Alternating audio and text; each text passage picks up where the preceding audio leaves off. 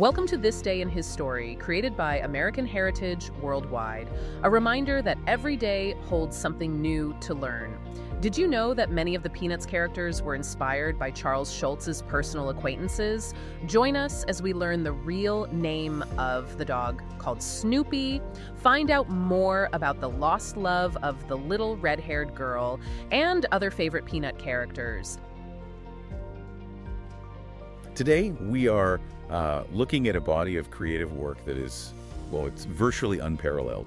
We're getting into the source material on the life and the truly colossal legacy of Charles Schulz, the man who gave us Peanuts. It's a study in extremes, really. I mean, you look at the source material and you see a strip that debuts in October 1950 in just 7 newspapers. 7. That's it. Yeah, just 7. And then by the end of its run, it's in 2,600 newspapers, read by over 350 million people. Across 75 countries and translated into 25 languages. That kind of scale, it almost defies belief. It really does. And that's our mission for this deep dive. When you see that kind of global saturation, you'd expect the creator to be, some kind of towering figure. But the sources keep quoting Schulz calling himself just an ordinary person from the Midwest. Mm-hmm. So we want to take a magnifying glass to the life of that ordinary person and figure out how his very personal experiences, his frustrations, his hopes, somehow translated into nearly 18,000 comic strips that became a mirror for the entire world. And that's the central tension we have to unpack right away. Because if he was just an ordinary person, how do you explain the fact that his own peers saw him as completely exceptional? Right. The sources are clear on this. He received the Reuben Award for Outstanding Cartoonist of the Year. And not just once, but twice. First in 1955, and then again in 1964. So those are major mid-career acknowledgments. It wasn't just popular, it was seen as brilliant. Exactly. It tells you that beneath that humble self-image, there was this profound conviction about his own destiny. Conviction that he was born for this. That's the perfect way to put it. He didn't see it as an accident. He said, and I'm quoting here, "It's hard for people to comprehend that someone can be born a cartoonist, but I believe I was." He just felt perfectly suited for the medium. Okay, so to really understand that, we have to go back to the beginning. He was born in Minneapolis, Minnesota, November 26, 1922. And this dream of being a cartoonist, it wasn't some late-in-life thing. No, not at all. It was a foundational part of his childhood.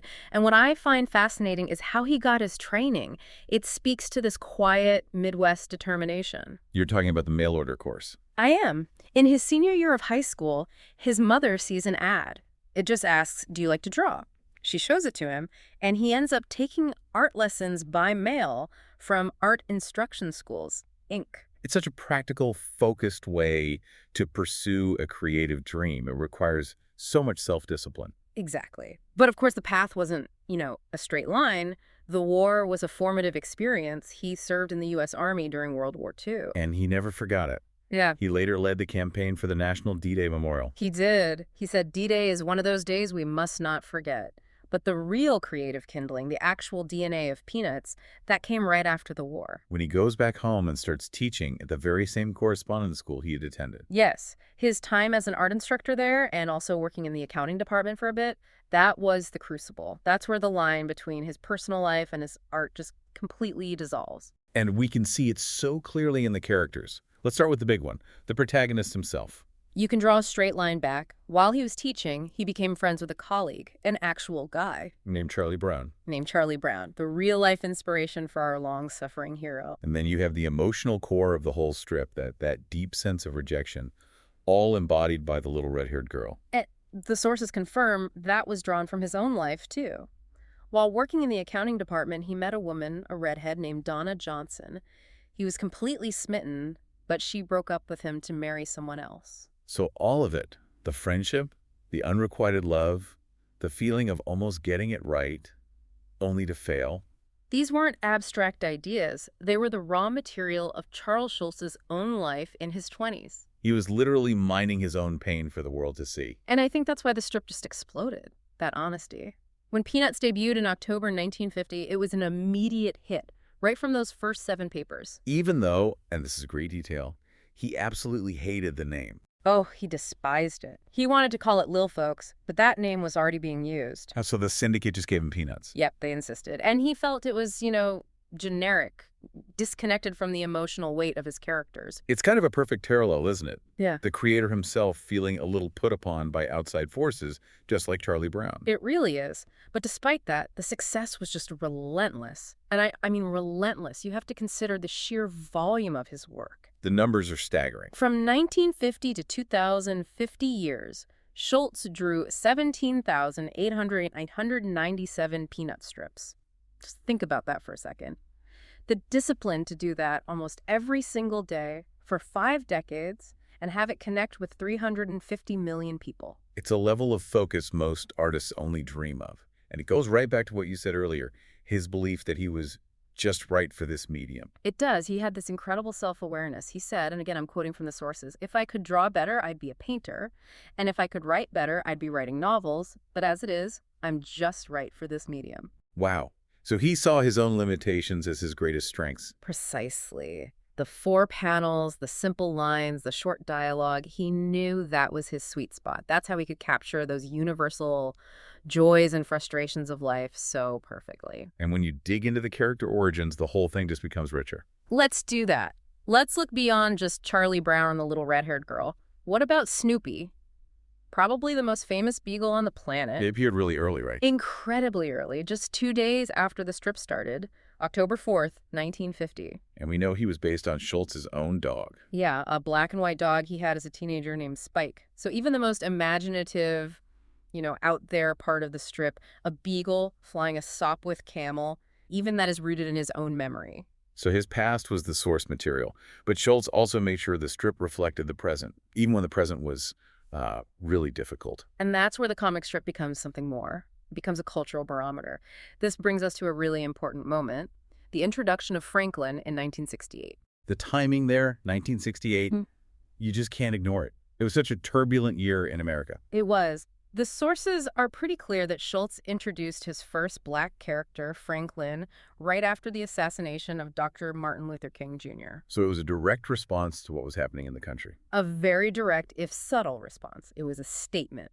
And he didn't just drop him in there, he gave him a backstory. Franklin's father was a soldier serving in Vietnam. Which tethers the character to these huge global and national events. Exactly. Schulz was showing that a comic strip could be about a kid trying to fly a kite, and about the complex realities that adults were facing. And that gave the strip this immense cultural weight. It moved it way beyond just being entertainment. And that reflection of the adult world is what helped launch these characters out of the newspaper and into, well, everywhere else. It started in the early 60s. The first step was animation. He was very protective of his work. But in 1960, he finally agreed to let his characters be animated. For car commercials, of all things. Yeah, for the Ford Falcon. That was sort of the test run. And once that gate was open, it was a flood. 5 years later, 1965, you get the absolute icon of the era, a primetime TV special. A Charlie Brown Christmas. The characters had just completely captured the zeitgeist. But the ultimate sign of their cultural power came in 1969. I mean, you've made it when your characters literally go to space. The Apollo 10 mission.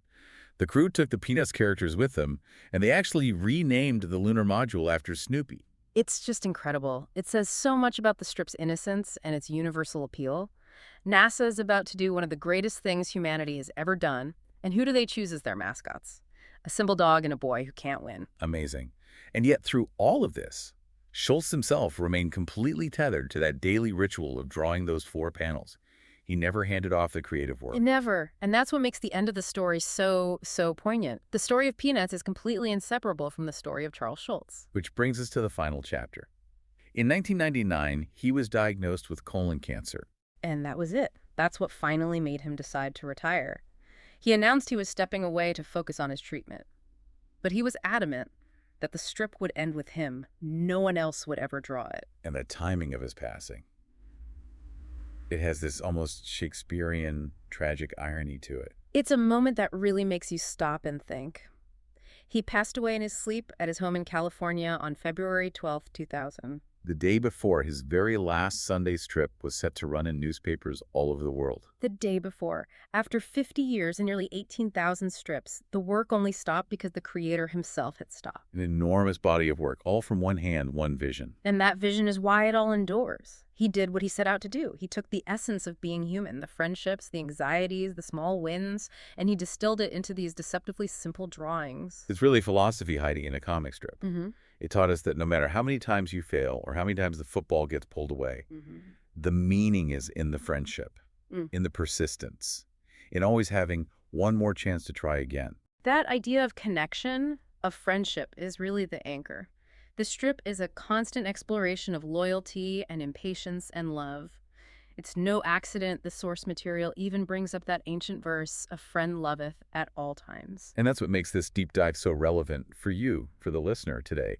It really makes you think about your own relationships, but through the lens of these characters. Right. Think about the descriptions we've talked about. Loyal, suffering Charlie Brown, the impatient but deeply human Lucy. The power of Peanuts is that it forces you to ask yourself, are you a loyal and loving friend, like Charlie Brown? Or are you sometimes impatient, a bit skeptical, maybe a bit like Lucy? A question for all of us to consider. Exactly. Schultz's legacy is a reminder that even when we're frustrated, even when we fail, it's those friendships that really give our lives meaning. Thank you for joining us for this day in his story. May the lessons of yesterday inspire you to see God's hand today and to play your part in his story now. For more faith-based learning, visit ahsworldwide.org, the home school for faith and family.